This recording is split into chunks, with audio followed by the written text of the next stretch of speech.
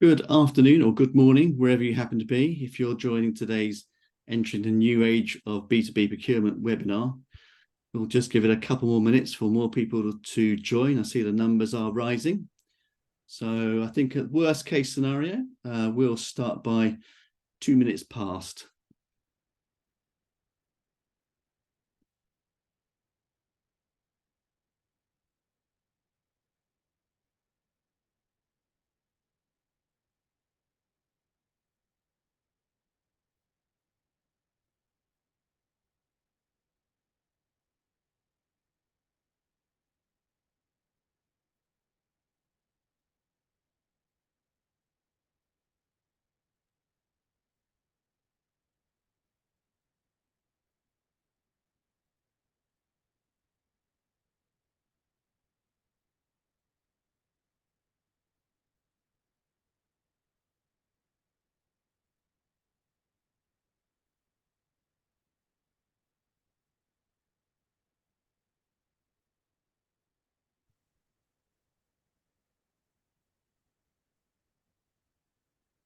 Just a little under a minute to go, and then we'll be away. Great.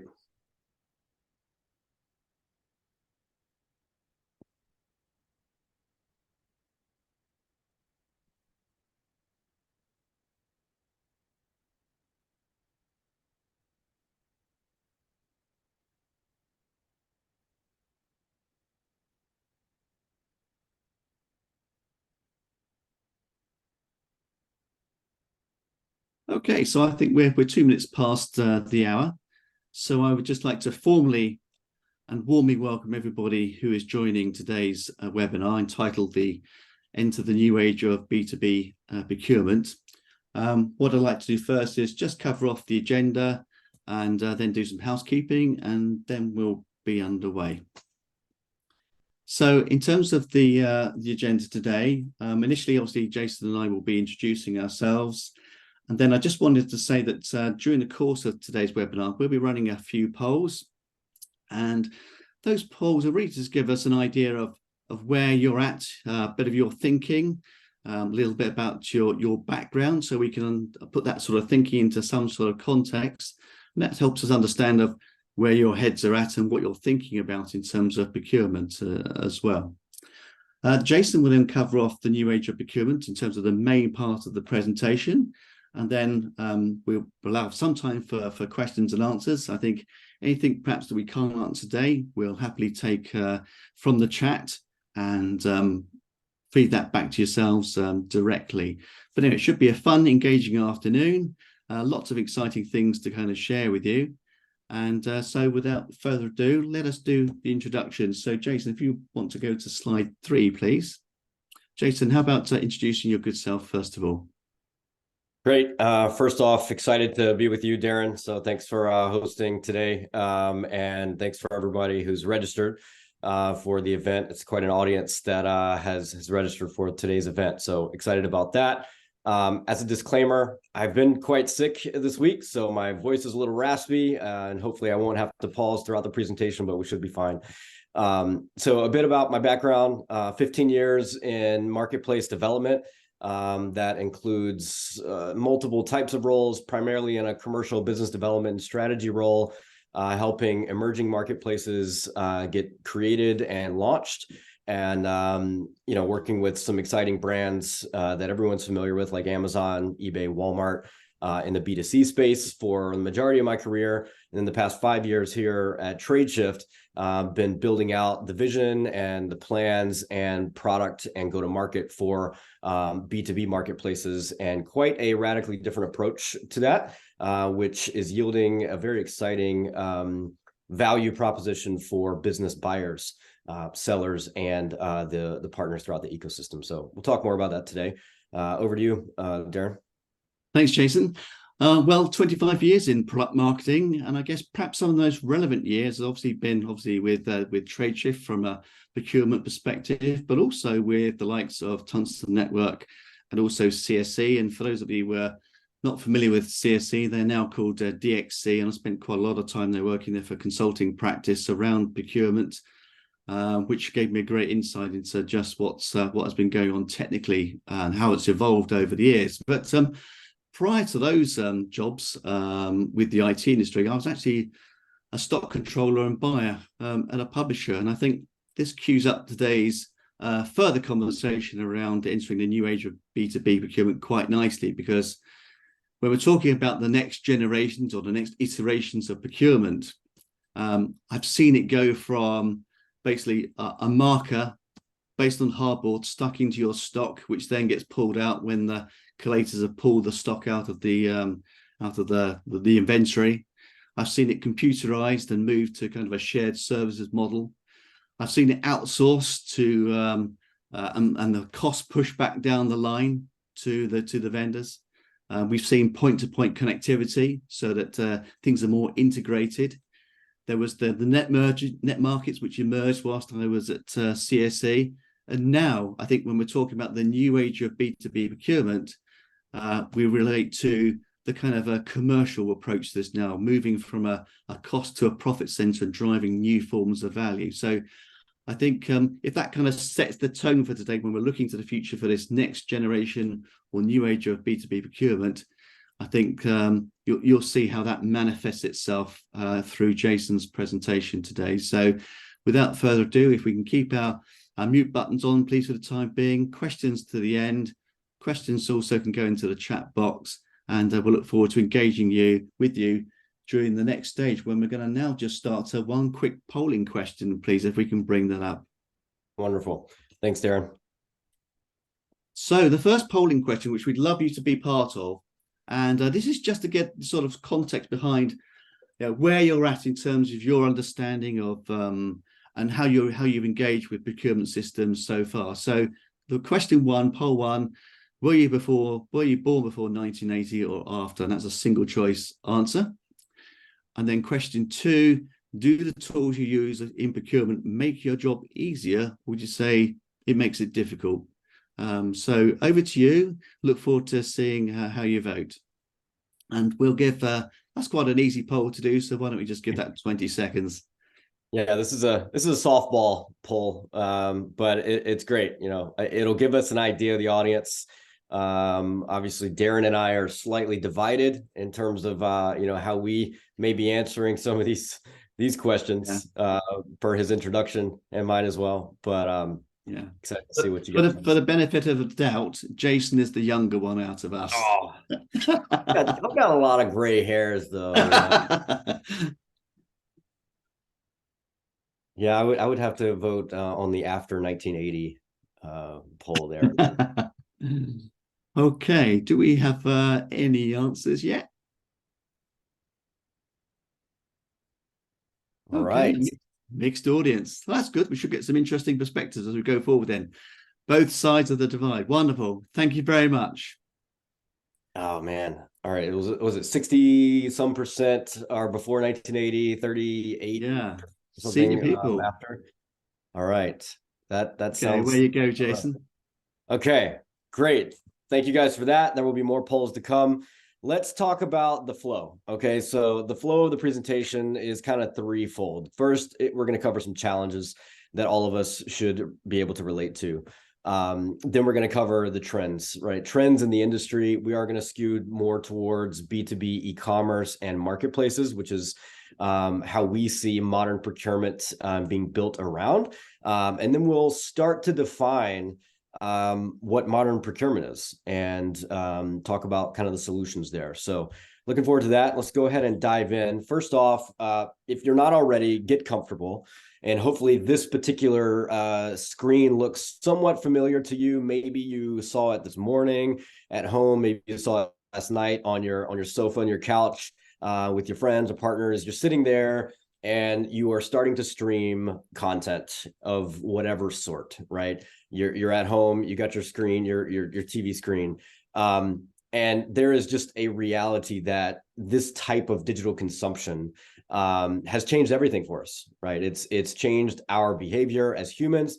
It's changed our expectations of how we can and should be able to consume.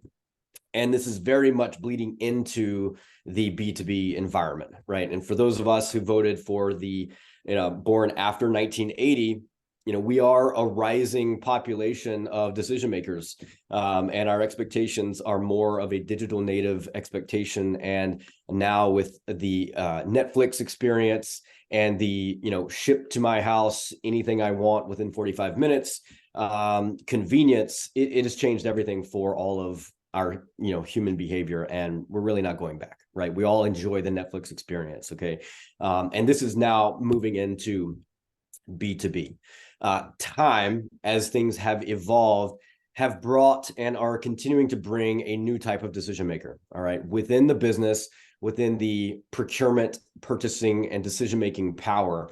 And what may have been perceived as yesterday's, oh, that's a preference, it needs to look nice, the user experience, is now a demand, right, from decision makers that are making choices of solution providers, of who and how a business will be buying and saving. And so this is, changing the industry. And certainly we're talking about the millennial and Gen Z influence. The, 73% are now involved in decision-making, purchasing decision-making, 33% are sole decision makers, and 97% of us, I'll say us in this case, because I voted for the born after 1980. So the other 38% of you, us, 97% of us are already buying from marketplaces.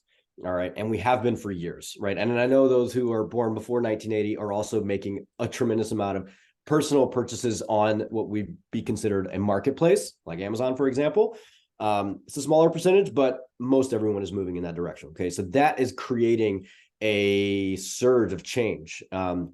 Now, in addition to that, thinking more traditionally, thinking more historically, procurement practice was really focused around, service, quality, and cost of capital, right? And these are still absolute necessities, right? But it's more, right? If you think about the wars that are happening, right? The weather-related events that are on a more extreme into the continuum, right? And more unexpected disruptions, right?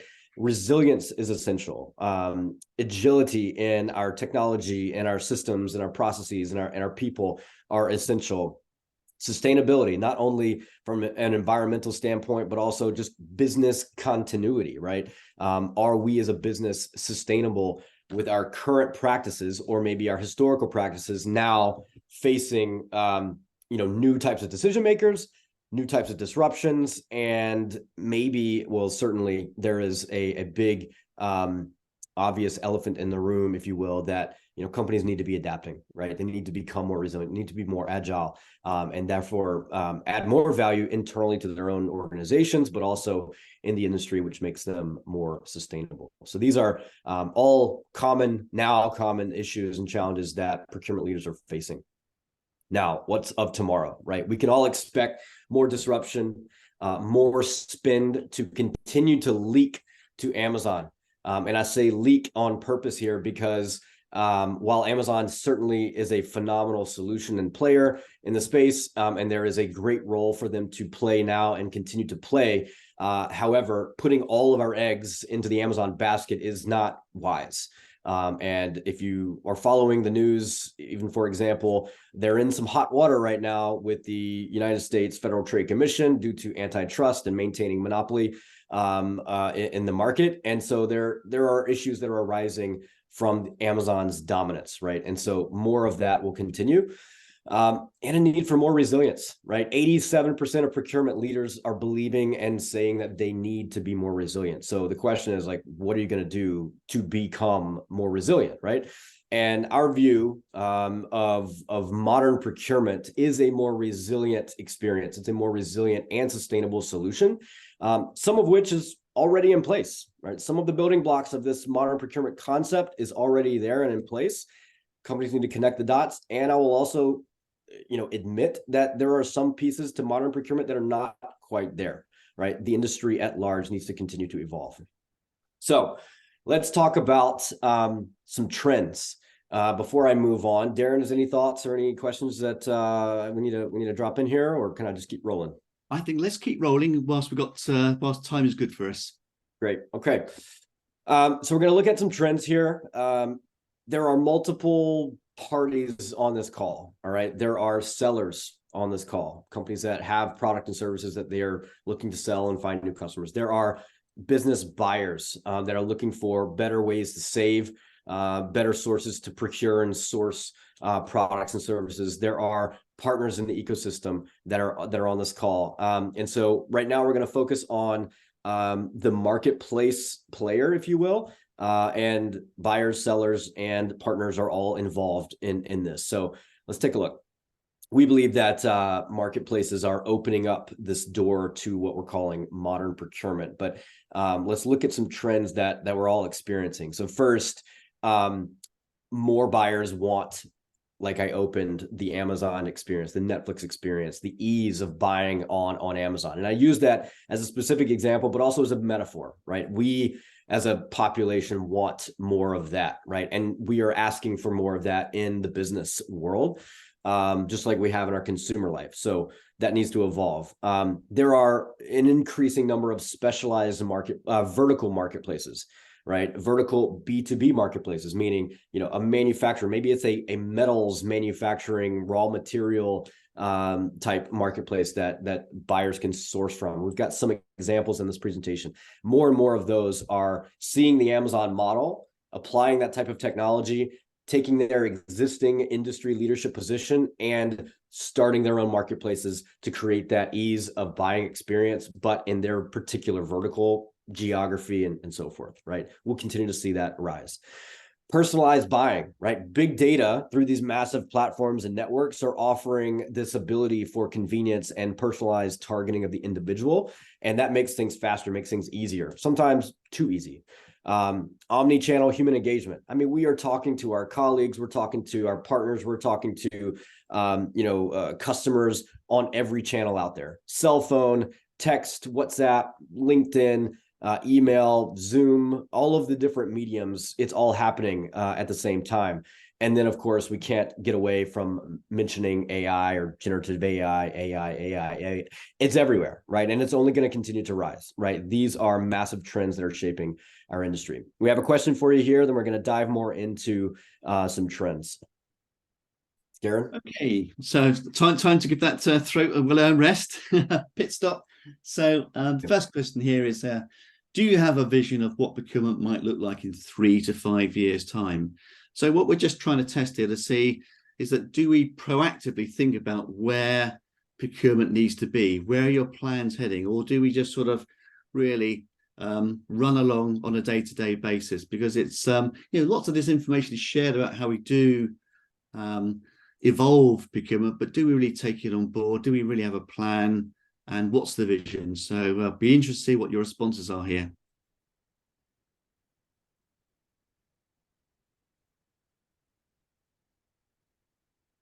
We'll give it 10 more seconds and see what the results are. While we wait for that, I see a question from Noel. Luckily, we'll answer that throughout the presentation. So yeah, great question. I don't know, Darren, if the Q&A is available for others to see, but Noel, we will answer that throughout the coming slides. Yeah. Thank you. Okay. Yeah, we'll pick that up as we go through and then answer the questions at the end. But let's see the results for poll 2. Okay, so lots of people in the research mode. Nice. I took a screenshot of that. Let's see.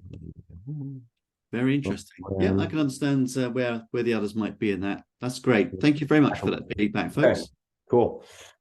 Thank you for that.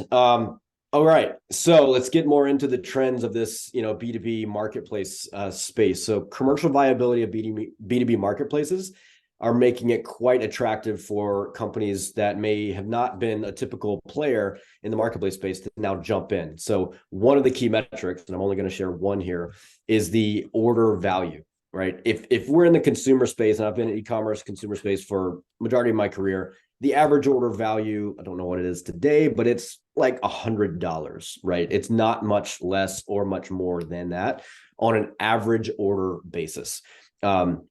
This is not an average order value of 500,000 US dollars, but it is saying that buyers are willing to spend that much in an e-commerce marketplace purchase environment, right? That's a lot of money, right? And because of that, it makes it more commercially viable for an operator of a marketplace to generate revenue and therefore profitability earlier on. You know, consumer marketplaces take much longer because of a need for far higher number of users, whereas B2B marketplaces, not as much, right?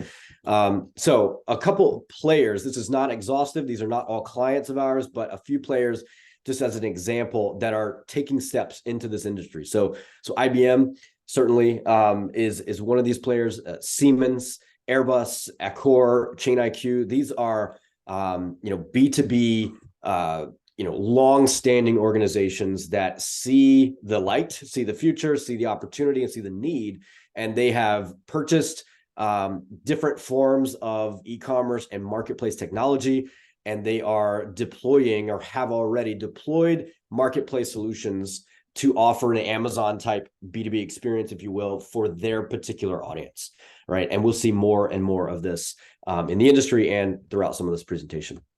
A couple examples that we pulled in kind of last minute, just to try and further iterate or illuminate the vertical marketplace examples, right? So there's, and Darren, I don't know if you want to share some of this, but Marine Parts International, right?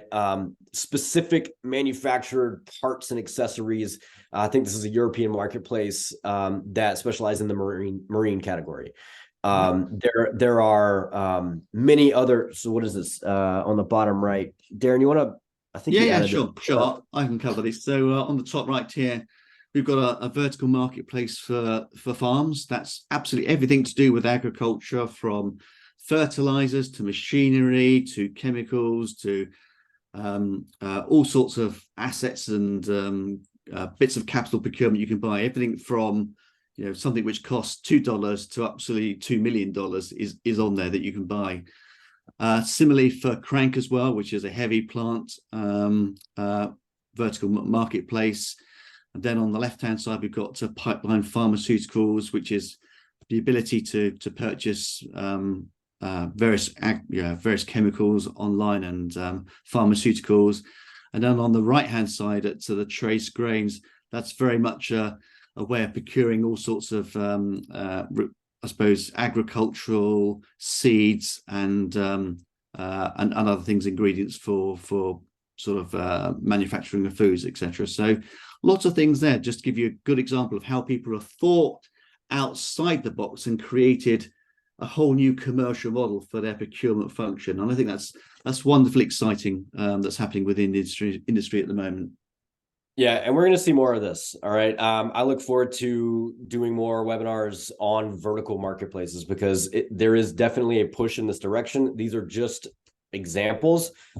And a part of modern procurement, we see bringing content from these types of vertical marketplaces and other types of marketplaces into a single view and making it easier to access this content, right? And we'll talk more about what that looks like.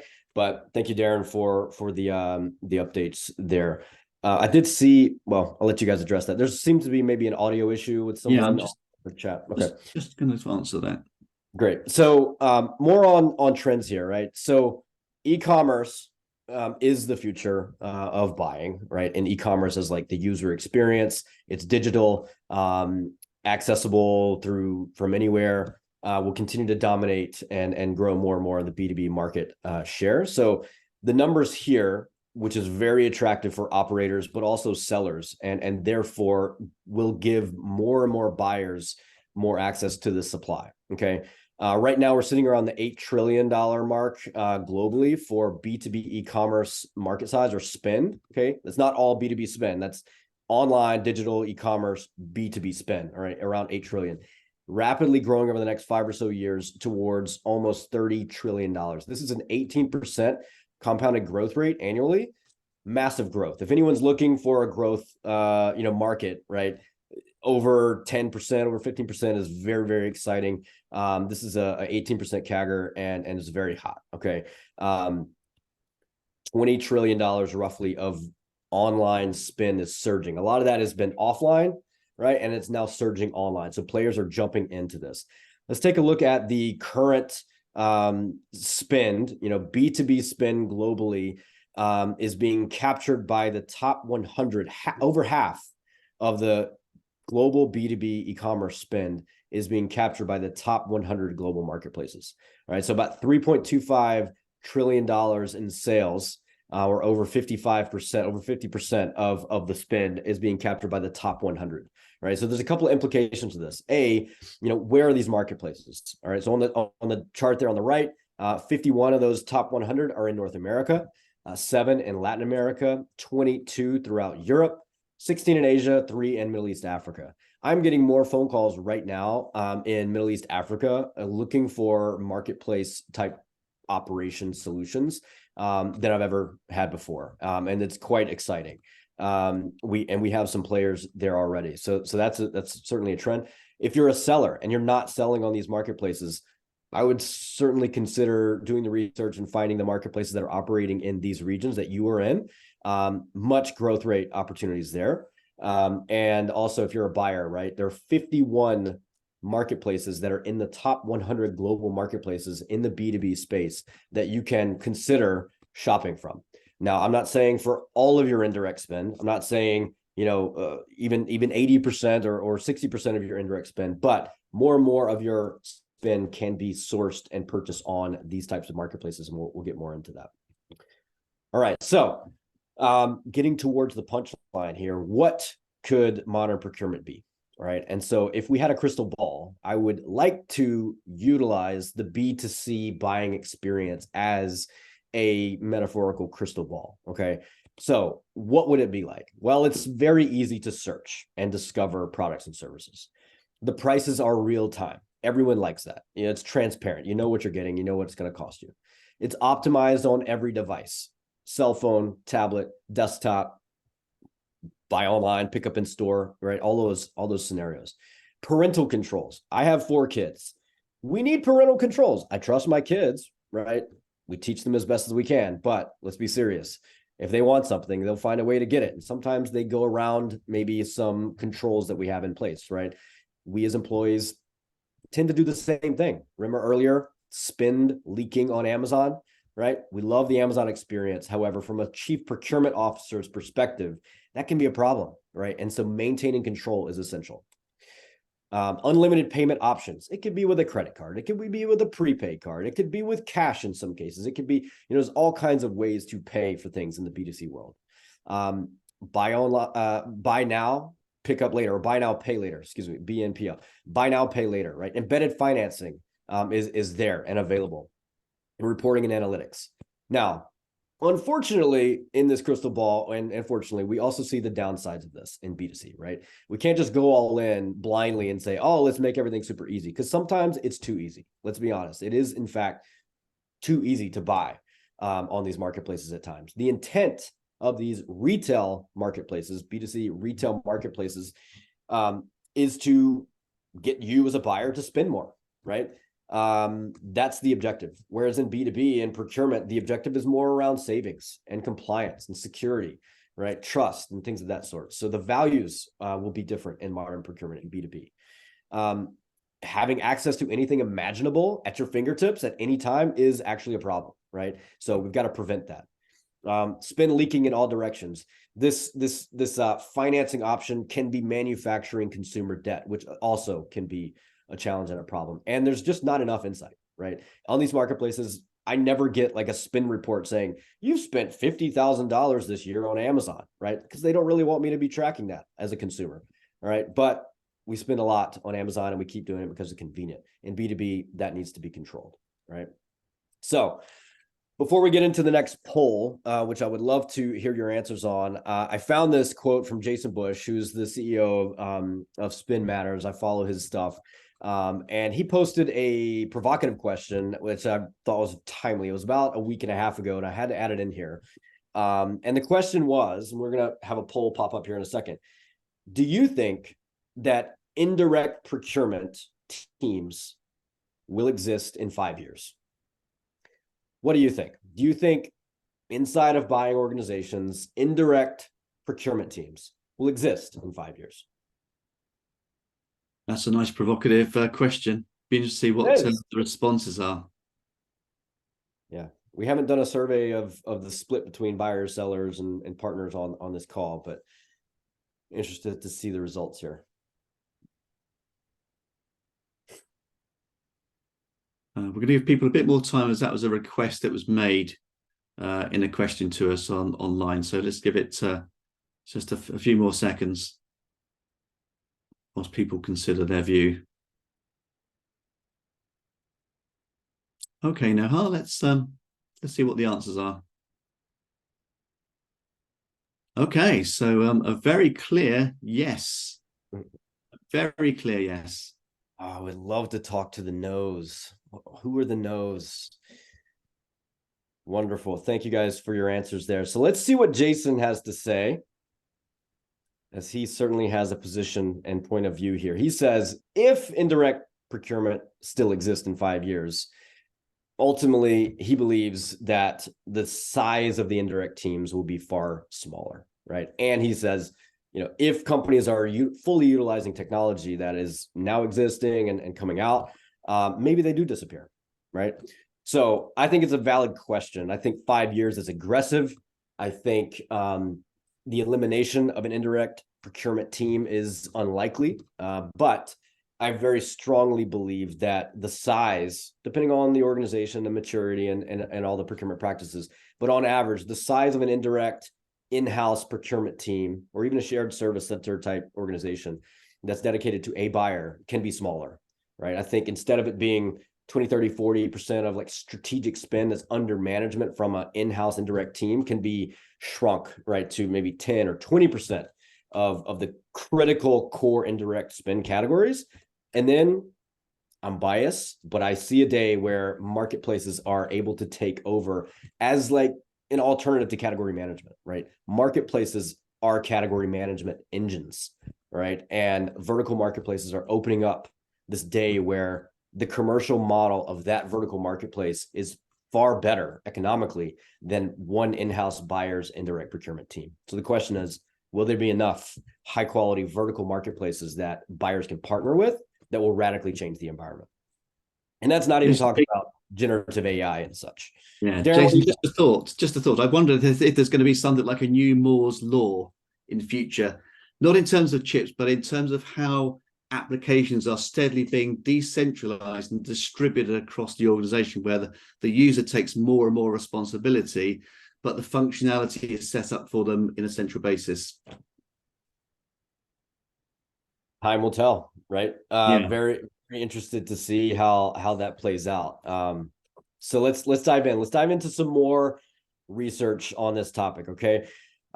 Several years back, we did quite an extensive research effort with CNBC Catalyst, and we studied enterprise buyers, and we wanted to know, what is your view on marketplaces and the role of marketplaces? So this is a significant summary. If you're interested in more of this raw data, happy to share it. But this is just one slide to summarize, and just to show you some logos of the companies that we interviewed. BP, I'm not going to name all of them, large organizations with established procurement practices. And we wanted to know, what do you think about, a marketplace and the role of marketplace in procurement? So the pros, the positives of it are unequivocally, people love the flexibility, right? They love the choice and the diversity of options that a marketplace can provide and the real-time updates and such.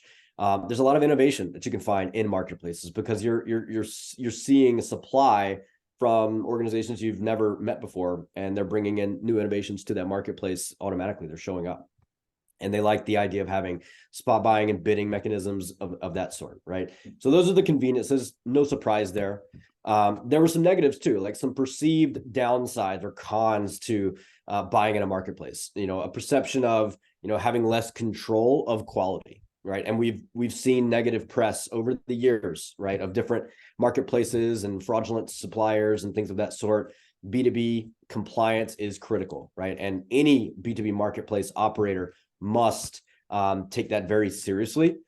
I'm a bit weary of the B2C trend that are like just adding a new category of B2B suppliers, right? And they're calling it a B2B marketplace. I'm not particularly fond of that. I don't think it checks the right compliance boxes for you, enterprise business buyers. Confidentiality, right?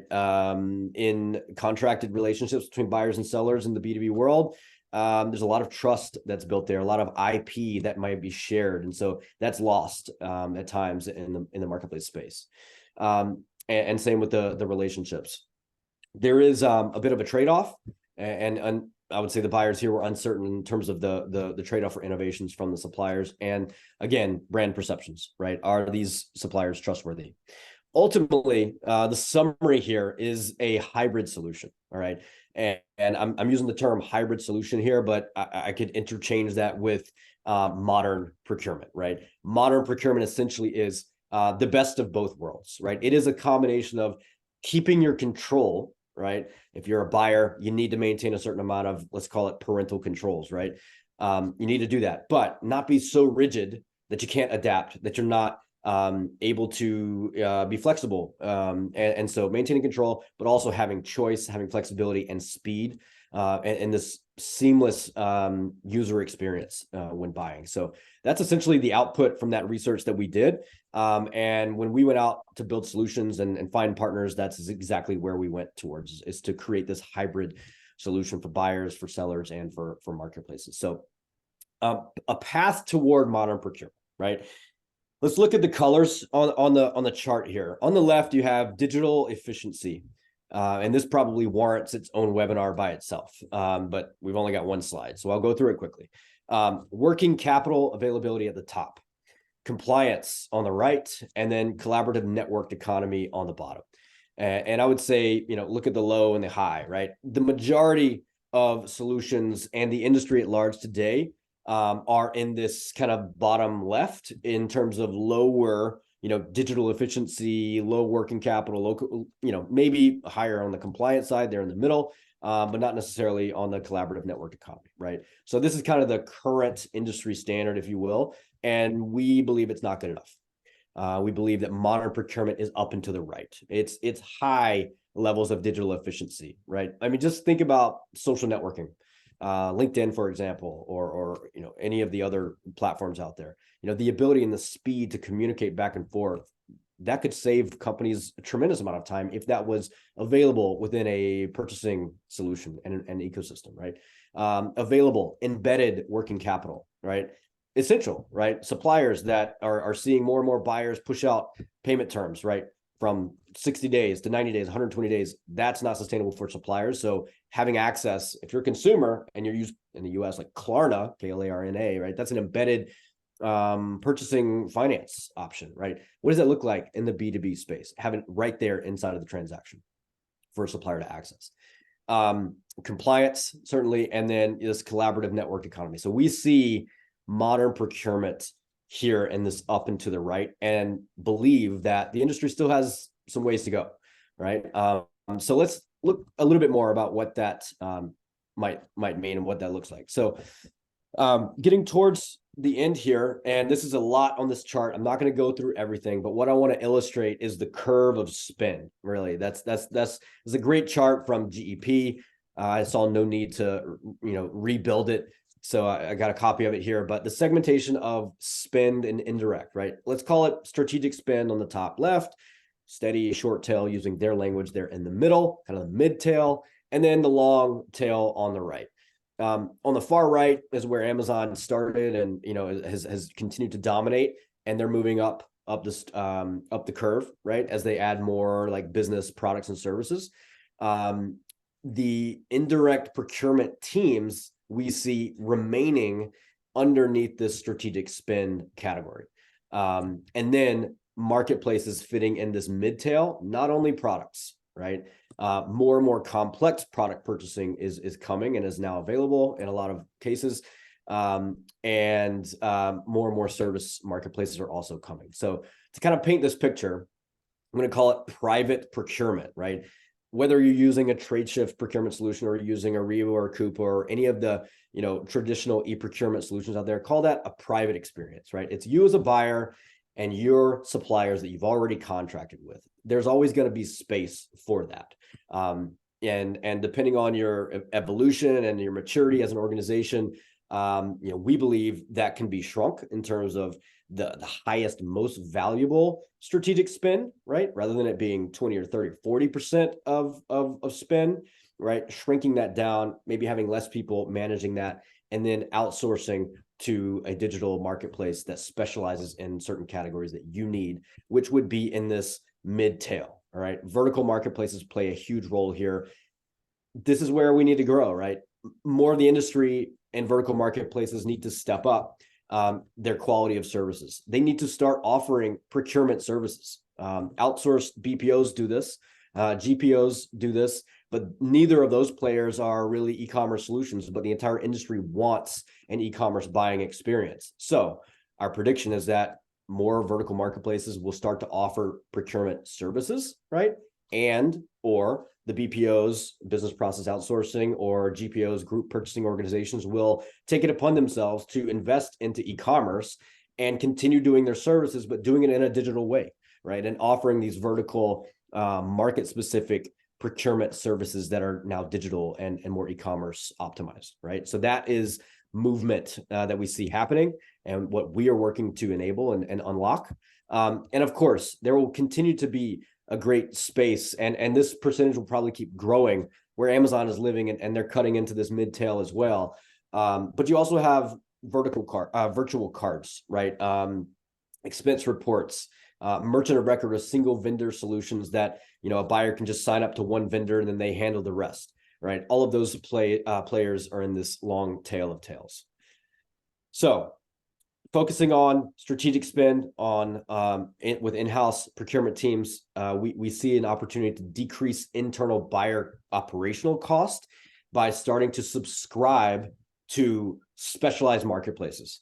And that will look different for every buyer, right? Every buyer is different. They have some trends. Everybody needs office supplies, right? But not everybody needs to buy farm tires for tractors, right? Only a certain type of industry buyer needs that and would then need to subscribe to that type of a marketplace.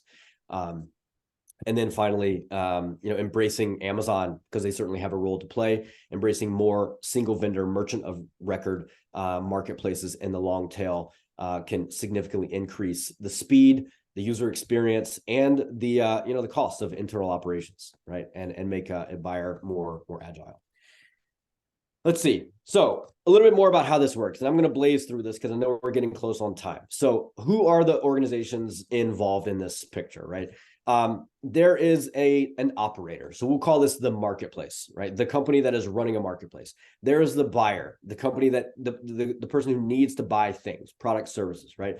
There are suppliers supplying products and services and the content that are published and the pricing and everything. They control that. And then there are partners that make things easier and better and more efficient, right?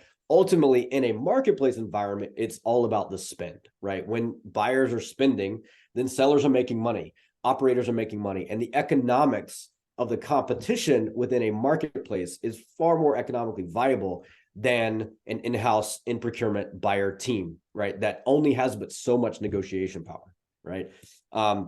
So what's the purpose? A platform, which is like Tradeshift in this scenario, is the technology capability. And it could be multiple tech providers, but typically in best case scenario, we see modern procurement operating under like a major like platform and then building other things on top or around it, right? The operator, right? The operator of the marketplace is looking to deliver value and drive commercial growth for themselves and their constituents, the buyers and the sellers in the marketplace. Buyers are ultimately looking to save, looking to maintain control, and they're looking to deliver convenience for this, changing user needs that are internally in their organization. Okay, sellers always looking to meet more customers. They want to sell more, and not only sell more, but they want to sell more profitably, right? And we cannot, in B2B, we cannot follow the B2C trend and take 15, 18, 20 some odd percent of a transaction, right? That is price gouging and unnecessary. And, we need to help sellers be profitable in the selling process. And then partners can add value. This could be a bank that is embedded into a platform that makes it easy for the buyer to finance their purchase, or a seller to gain early payments, right? That's a partner. There are other types of partners, implementation partners. There are all kinds of partners that add value into this equation. So more on the roles and definitions here. Consider and assume, in this case, that a buying organization has already established a private procurement setup, okay? That is your standard e-procurement or procurement practice, right? And it is limited primarily to the strategic spend. Then you have the mid-tail and the long tail, right? And we see marketplaces playing a role there, and an increasingly more valuable role over time. Inside of the buyer, of course, you have the buyer, the organization, you have their own contracted suppliers there in green. In the marketplace space, you have the operator that is essentially curating, defining the terms, defining the policies, and looking to add value to the buyer and the seller, and ultimately create economic competition that yields best price, best quality of service through the network effects of the marketplace economy, right? And so these are the roles and the definitions. The buyer's objective is to save and gain efficiency and expertise, user experience. And the objective of the marketplace is to offer best price, best quality, and best experience. They actually complement one another, right? The in-house procurement team's objective of savings and experience is the same, in principle, as the marketplace operators category teams as well. Their job at the marketplace is to source the best price, the best quality of service, so that you as a buyer trust them and want to keep coming back, right? The values are the same. So we see, as that continues to improve, more buyers having the ability to consider and subscribe and partner with marketplaces that fill category gaps for them as a buying organization, rather than hiring more and more people internally, or even partnering with less digital outsourced solutions, right? So what does the future look like? The future of modern procurement looks like e-procurement, right? The control and a network of marketplaces. In an ideal place, an ideal scenario is it's connected, it's interconnected, it's embedded with one another, such that the buyer has essentially a single view, okay? And then they have the ability to toggle on, switch on and off, and subscribe to vertical marketplaces or generalized marketplaces. So on this slide, on the left, private procurement. I know I'm repeating myself, but it's a new concept in some ways. So last time here. So private procurement on the left, that's already set up, primarily focused on strategic spend, and then vertical marketplace of your choice that is selected, subscribed to, and you're starting to buy from those suppliers that the marketplace has sourced for you and other buyers. Another vertical marketplace in another region possibly, or access to Amazon, and all of this can be easily accessible inside of your single view. Jason, that sounds rather similar to that first slide we put up when we looked at the sort of TV streaming model, where you go into one TV screen and then you get to access a number of providers. And it sounds very similar to this slide. Perfect timing. And I think we might have planned that, because, I'm going to skip this slide because this is more of a sales slide. I'm going to skip this for the sake of time and move right to what you were just talking about. I'm going to read this quote. All right. Don't fall asleep on us. But modern procurement for indirect spend, we believe, can start to feel like this streaming experience, right? When you're sitting there and, not the lack of control, but you have access to a network of interconnected marketplaces, right? So when you're using Apple TV or Roku, right, which is right there on the screen in front of you, it's very easy to select Hulu or Amazon Prime Video or Netflix or HBO, right? It's very seamless. You've already made those decisions. You've subscribed, right? So we believe that experience is able to be replicated in B2B now and moving forward as we continue to evolve. But business buyers will start to subscribe to these trusted category-specific marketplaces with ready-to-go products and services. We believe that marketplaces will start to offer high-value procurement services, and they're in really the best position to do that economically. And finance and procurement decision makers, the CFO and the CPO office, have the ability to set the controls and adapt, right? Modularize the parental controls, if you will, based on certain categories or geographies, or as the needs change in the business. Maybe unsubscribe to a marketplace because you don't need that anymore. You don't need capital goods for furniture in a new office, right, anymore. So you kind of unsubscribe to that and you move on to another vertical marketplace, right? As your needs change, you are now more agile and sustainable. So with that, we do have some ideas of what else needs to happen. This is kind of a boring slide. We'll share this in the follow-up and follow-on email to provoke more questions and thoughts. But I'll pause there because I think we've got one last poll, and then I think we've got the last slide. Yep, thank you, Jason, for bringing that up. So this just helps us just to sort of identify really where you're coming from when you've answered the questions, etc. So we understand more about the way you're thinking and where you see your role a little bit later on. So feel free to tick the box with things that makes you, or how you identify yourself, I should say. Are you a buyer? Are you a seller? Do you see yourself as a procurement service provider, an outsourcer, or do you see yourself as a technology partner?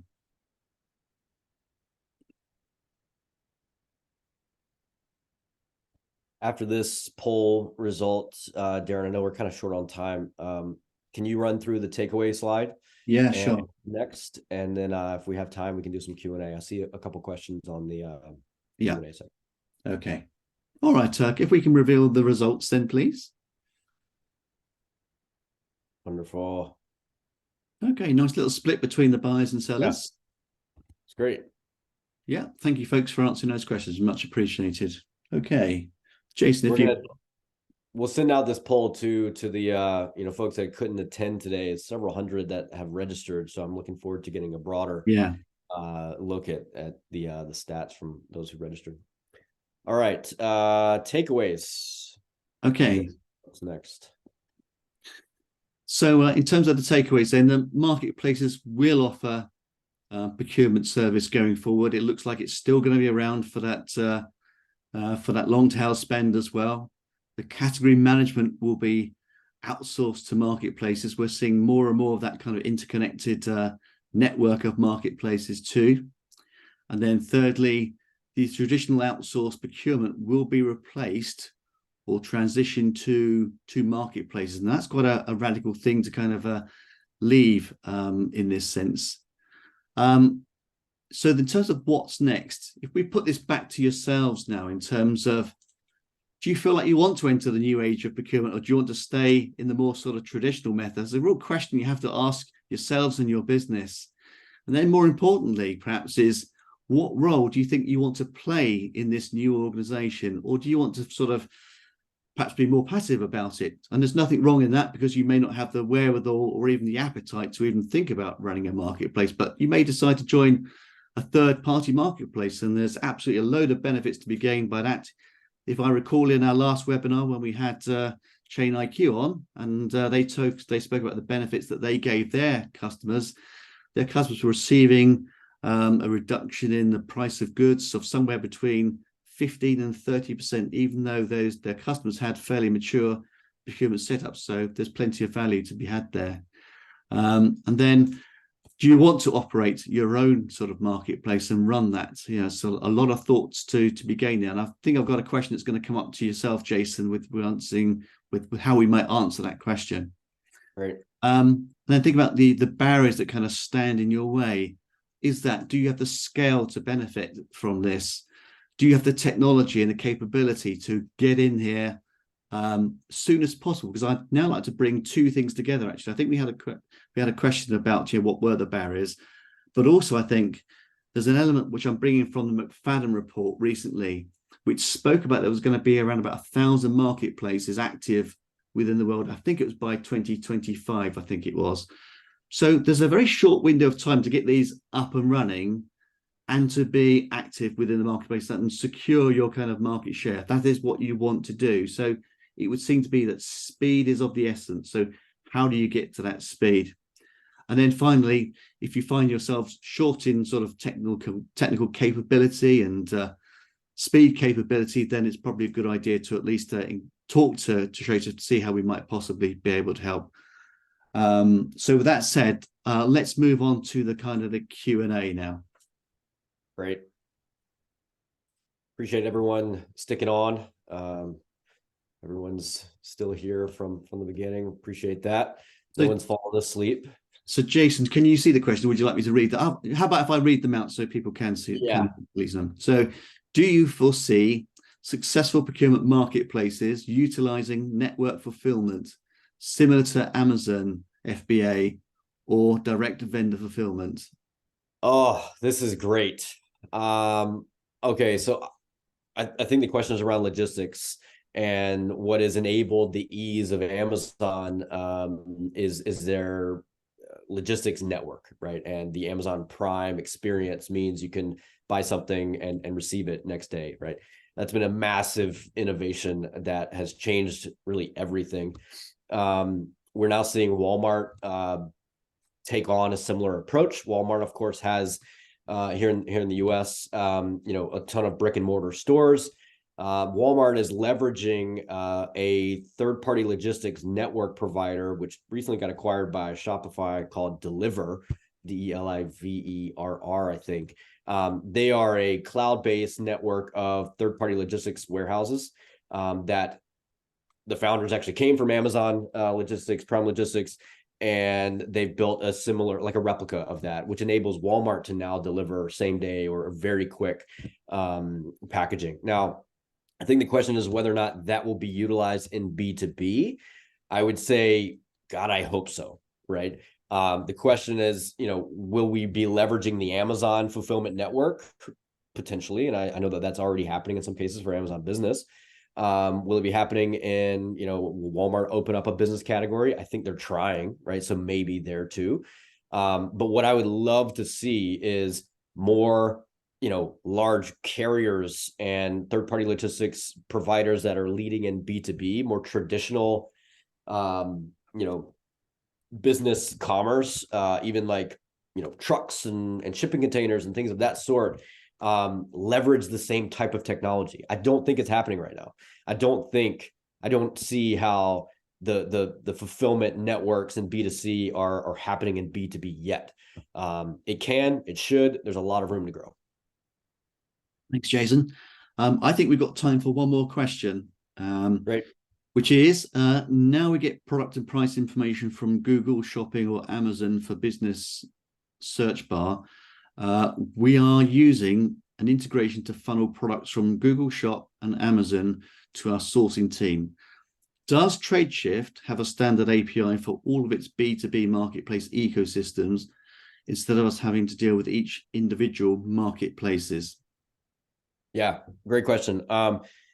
Okay, so Tradeshift is an open platform. We have open APIs. We are continuing to mature our procurement-centered and marketplace APIs. Some of them we do have now, some of them we don't yet, right? So that's evolving. Our belief to make the best buyer experience, we want all content to be native, meaning not punch out, all right? Because it's just friction, right? We're trying to reduce the friction. So the way we've gone about reducing friction is we actually sell a marketplace operator solution to companies who want to build their own marketplace, right? And so they're building their own marketplaces, which onboards suppliers, which publishes content on Tradeshift, and therefore buyers on Tradeshift have this great seamless native content that they can buy from, all right? That's the best case scenario. We are moving towards another API specific solution where there are plenty of other marketplaces out there that already exist. And we are looking to partner with more of them through APIs and bring their content in as well, so that punch out is not necessary, but native content is being pulled in. Pricing is still real time. All logistics and things of that sort are still readily available for you as the buyer. And then inside of the Tradeshift buying experience, you have essentially this kind of what do you refer to that as, like the Amazon search or Google shopping search experience, right? So we have a solution for it now, and it's working in its early days, and we want to expand that more rapidly through APIs with other existing operators out there. And there are other networks that have marketplaces already, so we're wanting to partner with them and accelerate this growth of a network of marketplaces. Jason, There's one more question I would love to answer on the last one from Jennifer. Is that all right, Darren? We got go for it. Yeah, just going to suggest it. 30 seconds. Yeah, 30 seconds. Okay. How would these changes or moves support VCSEs and SMEs? For example, things like social value and procurement. Love this question. I come from a agricultural background, very small town country business entrepreneur background. I love small business, and Tradeshift does too. We very much believe in connecting all companies and adding more economic value for all. Like, that's our DNA. We've had that vision for 13 years, and it's still very much live and well. We have struggled and explored many routes to adding more value to the small, medium-sized business, right? Today, we believe that commerce is not democratized. We believe it can be far more democratized. We believe in transparency, this open network platform concept, and our approach to making it more fair and adding economic value for all, especially the smaller businesses, is by having an embedded network of marketplaces so that the economics allow the small and the large to compete in the same space. It's still maybe not going to be good enough, right? So we need to do more.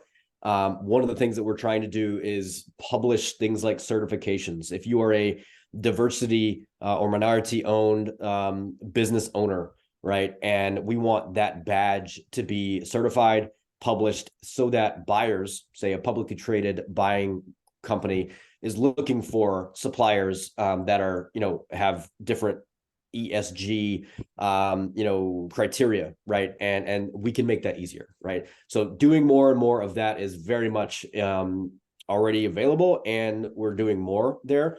But it's not just about us, Tradeshift, right? I think more organizations industry-wide need to make it easier for companies of all size, especially the smaller ones and diverse ESG type categories, to make themselves more known, be more prominent, and capture more of the market. So that's our heartbeat. We want to do more and more of that. It needs all of your support. So, Jason, thank you so much. Really enjoyed today's webinar with you, and thank you to everybody that's submitted a guest. We will be including Jason's address in the deck that is sent out to those folks that have registered and listened today. So you can still post questions to Jason directly with his email address. And following this event, we will be sending out a survey to answer some of the questions that have been answered online today, so we get a more accurate picture of just what the marketplace is feeling about those questions that we've polled today. So we'll share that data with you too. But just thank you very much for listening, and I look forward to engaging with you further. Thanks very much. Bye-bye for now. Great work. Thanks, Darren. See you, everyone.